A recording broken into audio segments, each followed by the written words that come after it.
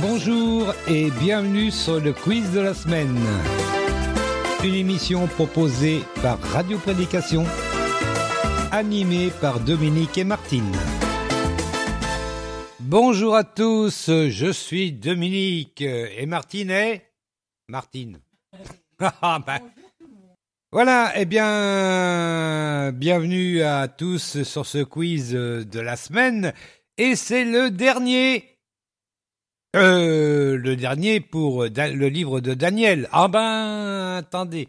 Ah ben après on sait pas ce qu'on va faire, hein Martine. Oh ben non. C'est pas grave, on va bien trouver, vous inquiétez pas. Ben oui, on va réfléchir. Et puis vous pouvez nous aider, hein. Vous allez sur radioprédication.fr et puis en bas vous avez un espèce de chat individuel. Hein, donc vous pouvez pas vous causer entre vous pouvez causer qu'à moi, j'ai pas mal. Et puis si vous avez une idée, prochain livre, vous me dites, hein, vous me marquez, puis on verra.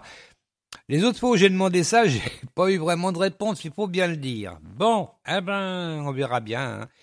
Mais bon, ça serait bien les enfants que vous vous impliquiez un petit peu dans la programmation. Oh ça serait pas un mal non plus. Voilà. Et puis donc, on va lire donc ce dernier chapitre 12 de Daniel.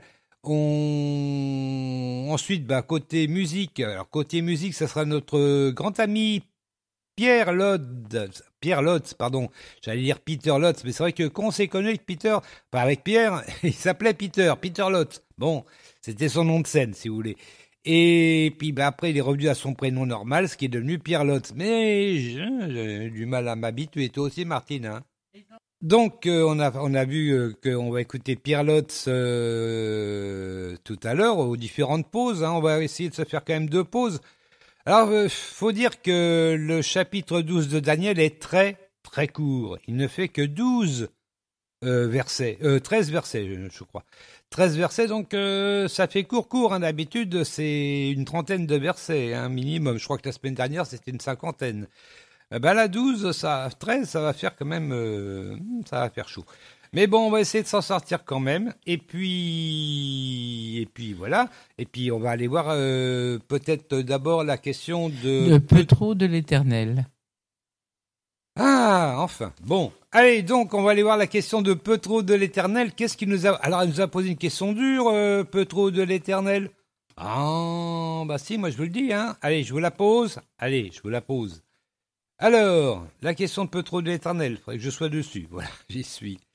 Alors, de toute sa vie, Jésus traita une seule personne de renard. Le renard, ça m'appelle quelque chose. Ah, pas bon. Qui est-ce? De toute sa vie, Jésus traita une seule personne de renard. Qui est-ce? Est-ce que c'est Hérode, Pilate, César ou Judas Iscariote? Ah, pas facile, hein? De toute sa vie, Jésus traita une seule personne de renard. Qui est-ce? Hérode, Pilate, César ou Judas Iscariote? Ah, pas facile, hein? Je vous donnerai la... Pardon? J'ai dit non, pas du tout. Pas du tout, hein? Voilà, on verra ça, hein?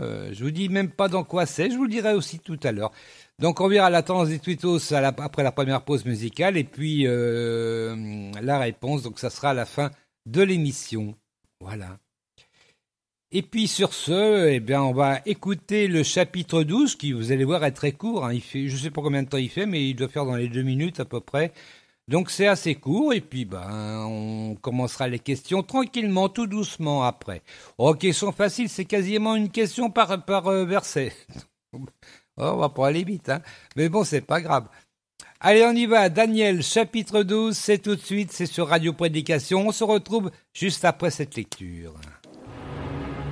Daniel, chapitre 12, dans la Bible du Semeur. En ce temps-là, se lèvera Michel, le grand chef qui a pour mission d'aider ton peuple. Ce sera un temps de détresse tel qu'il n'y en a jamais eu depuis que des nations existent jusqu'à ce moment-là. En ce temps-là seront sauvés ceux de ton peuple dont le nom est inscrit dans le livre.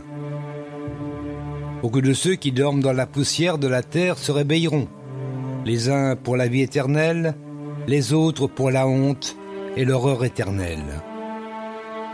Les hommes qui auront eu de la sagesse resplendiront alors comme le firmament. Ceux qui auront amené un grand nombre à être justes brilleront comme les étoiles, à toujours et à jamais. Quant à toi, Daniel, tiens ces paroles secrètes et conserve le livre scellé jusqu'au temps de la fin. Alors, beaucoup l'étudieront et verront leur connaissance s'accroître. Moi, Daniel, je continuais à regarder, et je vis deux autres personnages qui se tenaient là, chacun sur une rive du fleuve. L'un d'eux demanda à l'homme vêtu de lin, qui se tenait au-dessus des eaux du fleuve, quand donc viendra la fin de ces choses inouïes.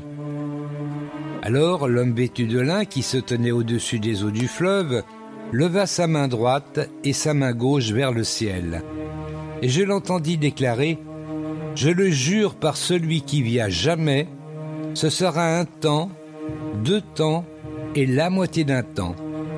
Quand la force du peuple saint sera entièrement brisée, alors toutes ces choses s'accompliront. » J'entendis ces réponses sans les comprendre. C'est pourquoi je redemandai : « Mon Seigneur, quelle sera l'issue de tous ces événements ?» Il me répondit : « Va, Daniel, ces paroles sont tenues secrètes et scellées jusqu'au temps de la fin. Beaucoup seront purifiés, blanchis et éprouvés comme par le feu. Les méchants se conduiront avec perversité et aucun d'eux n'aura la sagesse de comprendre. Mais ceux qui auront du discernement comprendront. Depuis le moment où l'on fera cesser le sacrifice perpétuel et où l'on installera l'abominable profanation, s'écouleront 1290 jours. Heureux celui qui attendra et qui parviendra jusqu'au 1335e jour. Quant à toi, tiens jusqu'à la fin et tu entreras dans le repos. Puis à la fin des temps, tu te relèveras pour recevoir la part qui t'est échue. Voilà, c'était la lecture du chapitre 12. Alors comme le chapitre 11, pour moi, on est totalement dans le livre de l'Apocalypse, quoi. Il n'y a pas de problème. On le verra d'ailleurs au dernier verset de ce chapitre. On est dedans, quoi. Sur ce, on va peut-être commencer la première question, Martinette. Tout à fait. Tout à fait, Thierry. Ah non, je m'appelle pas Thierry. Oh, bah. Alors là, j'ai posé 2 questions dans le même verset, comme ça. 12, 13 versets, c'est court. Hein. Alors, première question. Qui doit se lever, Jésus, Daniel ou Michel? Qui doit se lever, Jésus, Daniel ou Michel? Allez, 10 secondes. Presque, allez.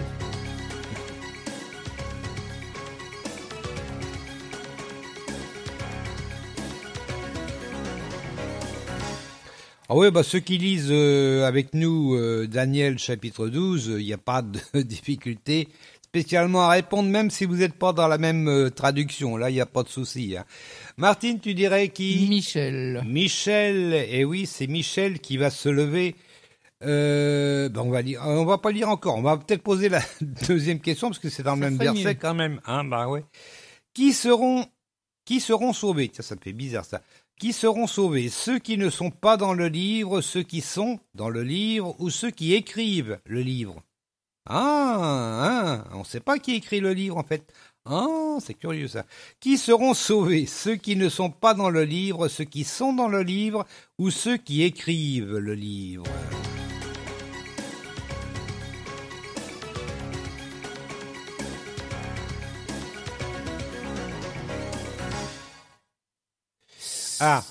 Alors, qu'est-ce que ceux de ton peuple ceux de ton peuple qui sera inscrit dans le livre, dont le nom est inscrit dans le livre. Exactement, et ça rejoint totalement le livre de l'Apocalypse, Révélation, qu'on a vu il y a quelques mois déjà. Effectivement, ceux qui sont inscrits dans le livre, eux, sont sauvés, il n'y a pas de souci.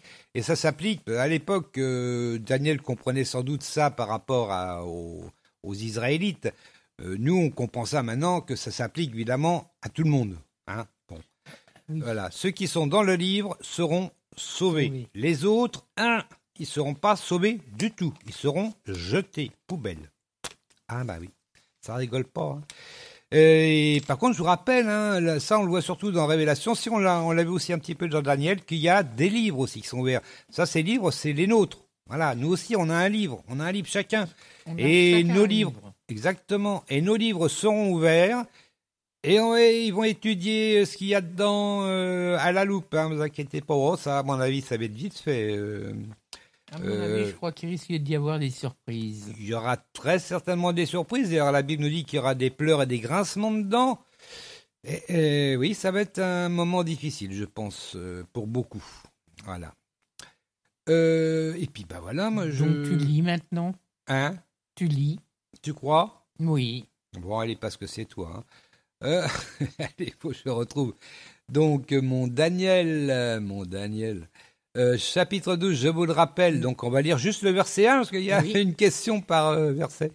En ce temps-là se lèvera Michel, le grand chef qui a pour mission d'aider ton peuple. Je pense qu'on parle de l'ange Michel ou l'archange, hein, c'est un archange, qu'on appelle également Michael. Ah bah oui, Michel et Michael, c'est la même chose. Donc, ce sera un temps de détresse tel qu'il n'y en a jamais eu depuis que des nations existent. Jusqu'à ce moment-là. En ce temps-là seront sauvés ceux de ton peuple dont le nom est inscrit dans le livre. Alors c'est vrai que tout comme dans l'Apocalypse, ça se discute peut-être moins, mais dans Daniel, beaucoup pensent qu'il s'agissait de prévisions. C'est vrai que les premières visions de Daniel, c'était pour son époque à lui. Donc bon. Mais là, cette vision-là, depuis le chapitre 11 jusqu'au 12, à mon avis, ça ne concerne pas que son époque. Il y en a encore qui discutent. Hein. Ils se disent si ça peut correspondre à telle époque. Alors, il y en a, ils ont tellement discuté que... Il y en a, ils pensent que c'est donc à l'époque de Daniel, d'autres que c'est à l'époque quelques centaines d'années après. Et puis, bon, on va jusqu'à nos époques, hein, jusqu'au Moyen-Âge, jusqu'à maintenant. Vous savez, c'est lié à la fin du monde, à la fin des temps plutôt, et... Parce qu'on parle surtout de la fin des temps, hein. On ne parle pas de la fin du monde, mais de la fin des temps. Peut-être une différence, je ne sais pas. Donc la fin des temps, et voilà, j'ai perdu ce que je voulais dire. Oui, donc la fin des temps, personne ne sait quand est-ce que ce sera. Hein. Même là, on va voir de la fin de Daniel, c'est pas dit non plus. Eh ben oui. Donc ça est... on parle souvent, on va voir à la fin du chapitre, on parle de jours, mais je rappelle également qu'il est écrit dans la Bible qu'un jour pour Dieu vaut 1000 ans et 1000 ans vaut un jour. Alors donc, pour moi, ça veut dire que surtout pour Dieu, le temps n'existe absolument pas du tout. Voilà, c'est simple, il n'y a pas de temps en fait. Les temps sont appliqués par rapport à nous, mais ça s'arrête là. Et comme on ne sait pas quand est-ce que ça sera la fin des temps, eh ben, on ne saura pas. Alors peut-être que ça sera dans 10 000 ans. On ne sait pas. On ne sait pas. Peut-être que ça sera demain. On ne sait pas. Voilà.